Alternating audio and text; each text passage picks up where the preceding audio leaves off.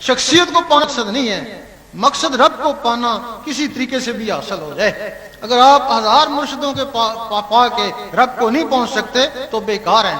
ایک بھوکا ننگا پیاسا اسی سے رب مل جاتا ہے تو وہ 1000 سے بہتر ہے۔ نعرہ غوثیہ، یا غوث المدد، یا غوث المدد، المدد المدد، یا غوث المدد۔ اس بیعت کے بغیر گزارا نہیں ہے، لیکن اگر کسی ناقص کی بیعت ہو گئی تو جدھر وہ جائے گا ادھر اس کا مال بھی چلا جائے گا۔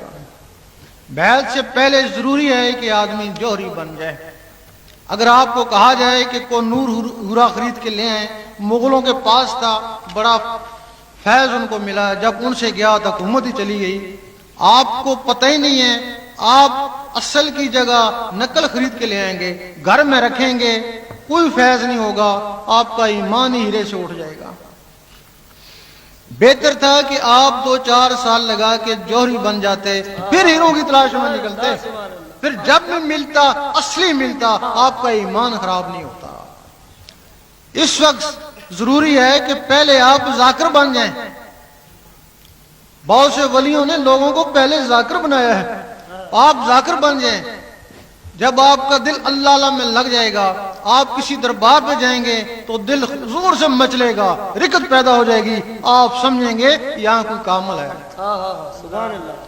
جب کسی زندہ کامل کے پاس جائیں گے تو دل اسی طرح رکت میں آئے گا، اور جب ناقص کے پاس جائیں گے دل کو خبر ہی نہیں ہوگی، جب سفلی کے پاس جائیں گے وہ دل گھٹے گا، ذکر کم ہو جائے گا، آپ سمجھ جائیں گے یہ سفلی ہے۔ اس وقت کہیں جا کے بیعت ہو نا، اس وقت جب بھی ملا تو کامل ہی ملے گا۔ نعرہ تکبیر، نعرہ رسالت، نعرہ غوثیہ۔ اب لوگ سوچتے ہیں کہ بیعت ہی کرنی ہے ان کی اولاد سے صحیح، یہ ایک رسم بنا لی ہے، لیکن ولایت وراثت نہیں ہے۔ اگر وراثت ہوتی تو نبوت وراثت ہوتی، جو اس سے اعلیٰ ہے۔ جب نبوت وراثت نہیں ہے تو ولایت کیسے وراثت ہو سکتی ہے؟ لوگ کہتے ہیں یہ ان کے بیٹے ہیں، پوتے ہیں، پڑ پوتے ہیں، یہ بھی داڑھی رکھی ہے، شریعت کے پابند ہیں، نماز پڑھتے ہیں، بیعت ہی تو کرنی ہے۔ نہیں، ولی میں اور عابد زید میں فرق ہے۔ اللہ سبحان اللہ۔ ولی کیا ہے؟ جب اللہ تعالیٰ کسی پہ مہربان ہو جائے، خواہ اس کی ریاضت مجاہدے پہ، عبادت پہ، جب بھی اس پہ مہربان ہو جائے اللہ تعالیٰ اس کے اوپر ایک تجلی ڈالتا ہے جو موسیٰ علیہ السلام کے اوپر ڈالی تھی۔ ہو سکتا ہے وہ تجلی کی تاب نہ لا کر ہلاک ہو جائے، انہیں دو، اس کو شکستہ قبر والا بولتے ہیں۔ ہو سکتا ہے اس کا شیشہ عقل ٹوٹ جائے، وہ مجذوب ہو جائے، ہونے دو۔ اگر شیشہ عقل بھی نہ ٹوٹا تو پھر اس کو محبوب بولتے ہیں۔ اب شرط ہے کہ جس کے اوپر ایک دفعہ تجلی پڑ جائے اللہ تعالیٰ اس کو روز 360 سے 500 مرتبہ دیکھتا ہے۔ ایک دفعہ دیکھتا ہے، اس کے ساتھ کبیرہ گناہ جلتے ہیں۔ اب اس سے گناہ کیا ہوتے ہیں؟ اس کی محفل میں بیٹھنے والوں کے گناہ جلنا شروع ہو جاتے ہیں۔ حضور پاک کے اوپر وہ نظر رحمت ہر وقت پڑتی تھی، یہی وجہ ہے کہ حضور پاک کی صحبت میں بیٹھنے والے بغیر وظیفوں اور چلوں کے ولیوں سے بھی اعلیٰ مقام حاصل کر کے چلے گئے۔ جب اصحابہ کہف پہ وہ نظر رحمت پڑھنا شروع ہوئی تو وہاں کوئی شخص نہیں تھا، صرف ایک کتا تھا، وہ کتا ہی حضرت قطمیر بن گیا۔ وہ ولیوں کی جو بیعت ہوتی ہے، جو نسبت ہوتی ہے، ان کے پاس بیٹھنے سے ہی گناہ جلنا شروع ہو جاتے ہیں، اور وہ جو ان کی اولاد ہے یا پوتے پڑ پوتے، ان کو تو اپنی بھی خبر نہیں، تو دوسروں کے بخشش کا کیسے سامان مہیا کریں گے؟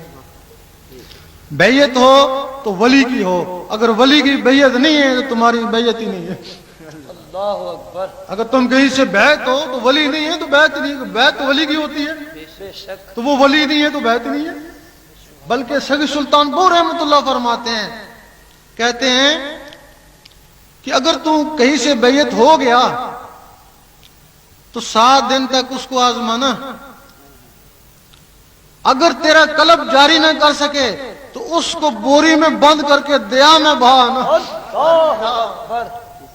ولیوں کو یہ پہچان ہوتی ہے کہ 7 دن میں ایک ولی ذات ہوتا ہے کامل ذات، ایک کامل ممات، ایک کامل حیات۔ اگر آپ کامل حیات کے پاس جائیں گے تو 7 دن کے اندر آپ کا قلب جاری کرے گا۔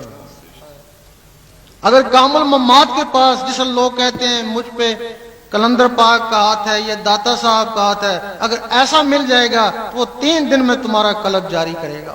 سبحان اللہ۔ اور کامل ذات اگر ایسا مل جائے جیسے غوث پاک ہیں، اگر ایسا کوئی مل جائے تو ایک کی نظر سے قلب جاری کرے گا۔ یا غوث المدد، یا غوث المدد، المدد المدد۔ ہر آدمی کو گمان ہے کہ اللہ تعالیٰ میرے پہ بڑا مہربان ہے۔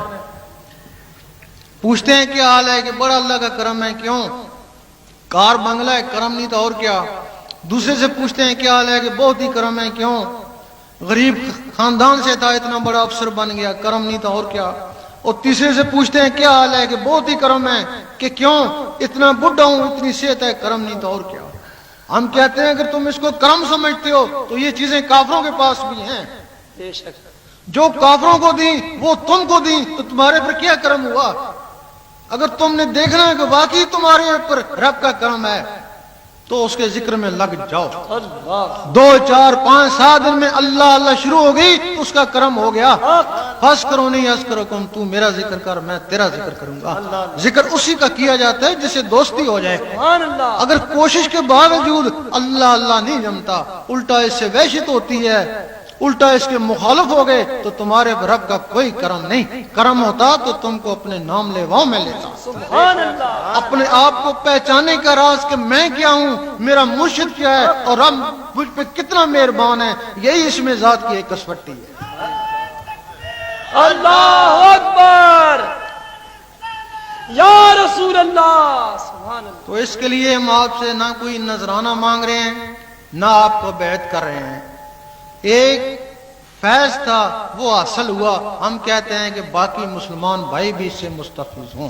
سبحان اللہ۔ اگر یہ اللہ اللہ تمہارے سینے میں چلا گیا تو دعا دے دینا۔ اگر اللہ اللہ نہ جمع تو جو 5 7 دن محنت کری اس کا ثواب تو مل جائے گا نا۔ پھر تم اپنے گھر، ہم اپنے گھر۔ جو شخص ذکر کی اجازت لینا چاہتے ہیں بڑے شوق سے آ سکتے ہیں۔ اجازت کے بعد کبھی یہ شکایت نہیں ہوگی کہ مجھے گھبراہٹ جلال آ گیا ہے، بلکہ ذکر لینے کے بعد آپ یہ کہیں گے کہ میں 24 گھنٹے اللہ کرتا ہوں، مجھے تو ذرا بھی جلال نہیں آتا۔ ہاں ہاں، سبحان اللہ۔ ماں سوائے ان لوگوں کے، کیونکہ یہ جلالی ہے، حضور پاک کا اسم مبارک اس کو کنٹرول کرتا ہے، اور جن کے دلوں میں حضور پاک کی محبت نہیں ہے، وہ حضور پاک سے جو بغض رکھتے ہیں، جو گستاخیاں کرتے ہیں، وہ اللہ میں کامیاب نہیں ہو سکتے۔ آپ ان کی مسجدوں میں جا کے اللہ کریں، کیونکہ حضور پاک کی محبت اس کو کنٹرول کرتی ہے، وہاں محبت ہی نہیں ہے، پھر کنٹرول ہی نہیں ہوتا ہے۔ وہ کہیں گے مر جائیں گے، مار دیں گے، لیکن یہاں اللہ نہیں کرنے دیں گے۔ اللہ ماں سوائے ان لوگوں کے دوسرا کوئی شخص یہ شکایت نہیں کرے گا کہ مجھے ذرا بھی جلال آ گیا ہے۔ اس کے لیے اجازت جو لینا چاہیں ان کو بلاؤ، سوال کریں گے؟ ضرورت نہیں۔